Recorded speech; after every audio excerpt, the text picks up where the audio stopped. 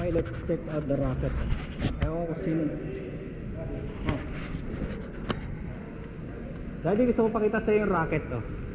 Yan? Oo. Ah, tignan mo kung ilang cc yan. Grabe yan. Parang eroplano. Hindi ko nga alam kung ginagamit ba talaga ito o pang show lang talaga. 1.7. Oh, kayang-kaya mo pala yan, ah. Kayang-kaya mo bilhin. Kaya. 1.7 lang. Ayun, yun kaya ko 25. Tignan mo, 2,500cc. Inline 3, tatlo cylinder. Mamamatay tayo dyan pare. Oo. Hindi natin kaya. Galing, ano? Tignan mo naman yung makina lang, ano yun? Grabe naman. Pero 3 cylinder lang to. 3 cylinder lang to, rocket 3.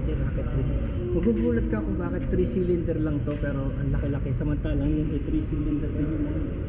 Diba? This one parang may pagka-show siya kasi nilagay nila to, oh, kagaya ng ginagawa ko sa bike ko. Nilagay nila tong mga manifold na to para magmukhang malaki gaya ng bala ko. Pero tandaan nyo, inline 3 din to. Tsaka ito naka-propeller shaft na. Welcome to Time Business. Tignan nyo sa baba. Ayan, oh. Grabe. Parang yung ginagawa ko dati, oh, may manifold, oh. Parang nilagyan lang ng manifold para magmukhang malaki. Ganon. Kasi inline 3 lang to, kagaya rin ng mga yun, eh. Inline 3 din sila, eh. Tatlo rin ang nila piston, eh. Ayan, oh, inline 3. 1.7. Yun, inline 3 liquid cooled. Pinalaki lang to, hindi naman niya kailangan na ganyan kalaki. Pinalaki lang. Kung yaman ko, iaano ko lang dyan. Nakita ko na ito sa makina. Yung makina. Rocket 3 Storm. Ay, dito sa side na to, mas maganda. Yun yun, eh, akala ko yun. Pero hindi, wala pa ako nakitang ginawa nila yun, eh.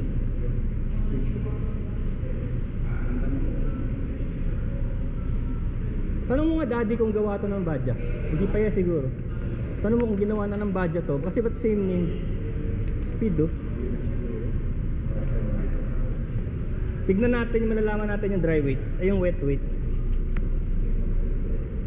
Ay hindi pa siguro daddy. 198 lang. 198 lang yung bigat. So hindi siya mabigat pa sa kanyang size. Hindi siya pa mabigat. Oh.